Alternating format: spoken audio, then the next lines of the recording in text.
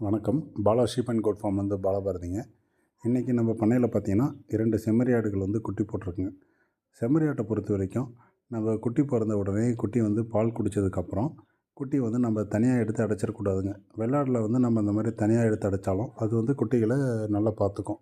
ஆனால் செம்மறி ஆடு வந்து பார்த்திங்கன்னா குறிப்பாக முதல் ஈத்தில் குட்டி போடுற ஆடுகள், 2ஆம் ஈத்தில் குட்டி போடுற ஆடுகள் வந்து குட்டி போட்டால் தொடர்ந்து ஒரு 3 நாளைக்காச்சும் நம்ம குட்டியும் தாயும் ஒரே இடத்துல இருக்கிற மாதிரி நம்ம பார்த்துக்கணுங்க.